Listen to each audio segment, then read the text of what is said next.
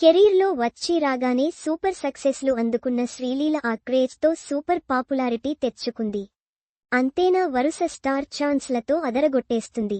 ధమాకా హిట్తో వరుసగా 5-6 సినిమాల ఆఫర్లు రాగా మరో ఆలోచన లేకుండా అమ్మడు సినిమాలు చేస్తూ వచ్చింది. అయితే వాటిలో అమ్మడికి సక్సెస్ ఇచ్చిన సినిమాలు చాలా తక్కువ. బాలయ్యతో చేసిన భగవంత్ కేసరి హిట్ కాగా మహేష్ బాబుతో చేసిన గుంటూరు కారం సినిమా కాస్త పర్వాలేదు అనిపించుకుంది. అనతికాలంలోనే సూపర్ క్రేజ్ తెచ్చుకుని డ్యాన్సుల్లో తన టాలెంట్ చూపిస్తున్న శ్రీలీల ఈ మధ్యనే వచ్చిన రాబిన్ హుడ్ సినిమా మీద చాలా హోప్స్ పెట్టుకుంది. అయితే సినిమా మీద అంచనాలు ఎక్కువ అవ్వడంతో పాటు వెంకీ కుడుముల, నితిన్ కాంబో సినిమాపై క్రేజ్ ఎక్కువ అవ్వడం వల్ల సినిమాకు మిశ్రమ స్పందన వచ్చింది.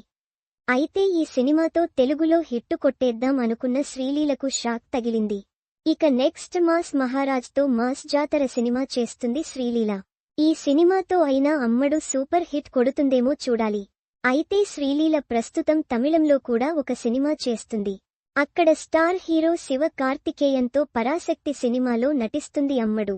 తమిళ్లో చేస్తున్న తొలి సినిమా అవ్వడంతో పరాశక్తి మీద చాలా హోప్స్ పెట్టుకుంది శ్రీలీల. మరోపక్క తెలుగులో కెరీర్ ఆశించిన స్థాయిలో లేదు. అందుకే అమ్మడు పరాశక్తి మీద ఫుల్ ఫోకస్ చేస్తుంది.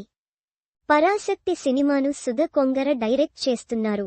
ఈ సినిమా పీరియాడికల్ మూవీగా రాబోతుంది. స్టూడెంట్ లీడర్గా శివ కార్తికేయన్ అదరగొట్టబోతున్నాడు. మరి పరాశక్తి సినిమా శ్రీలీలకు సక్సెస్ అందిస్తుందా లేదా అన్నది చూడాలి.